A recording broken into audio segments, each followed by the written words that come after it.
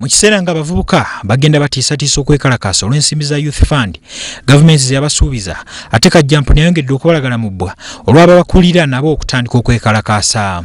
Entabwe evudde ku kya minisita waabwe Ronald Kibuule ne ssentebe waabwe Samuel Kavuma okulema okuteekateeka ttabamiruka kati emyaka 5. Bazinze woofiisi za minisitule y'ekikula ky'abantu minisita Kibuule kwatuula nga baagala erekulire ne ssentebe Kavuma era ababaze ekiwandiiko ekibasaba okulekulira. Twewaddeyo ne bakulembeze bannaffe okuŋŋaanya emikono egy'abavubuka bannaffe nga okukulembera abavubuka mu Uganda okuweza kimu kya kusatu ekya paalamenti y'abavubuka.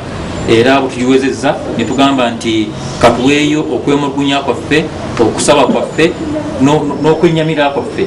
It is an open secret that the last council meeting was convened 5 years back, of which Youth Council you were part of by then. Bano era bataddewo nsalesale wa 18 Desemba nga batuliza olukiiko awatali ekyo bagenda kwekalakaasa kubanga ensonga z'abavubuka nnyingi tezikoleddwako.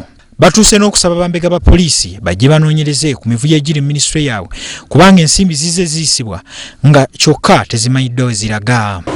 Ekitiibwa minisita ne executive secretary ne chairman wa National Youth Council muyite mangu delegates conference ngena kusomesa 18 bwe kitabo ekyo tujja kusala amagezi amalala kyensuubira nti tukisobola kubanga mmanyi nti tulina mandate y'abavubuka era basobola bulungi nnyo okubakunga ne bajja wano ne tulaba ekidda. Ssentebe waabwe Samuel Kavuma nga gubadde ekiwandiiko kino abategeeza nga bagenda okutuusa ensonga zaabwe eri bekikwatako. Minisita ngenda muwandikira mu butongole nga mutegeeza nti olukiiko mbaze oluyita era mu kifo n'ebiseera by'ejja okukola ki tujja okubategeeza. Ensonga z'abavubuka zize zifuuka namulanda nga abamu bazze beekalakaasa olw'ensimbi za Youth Fund so nga abalala lwa bbula lya mirimu so nga abandi baga nti bafiiriddwako abo abali mu buyinza.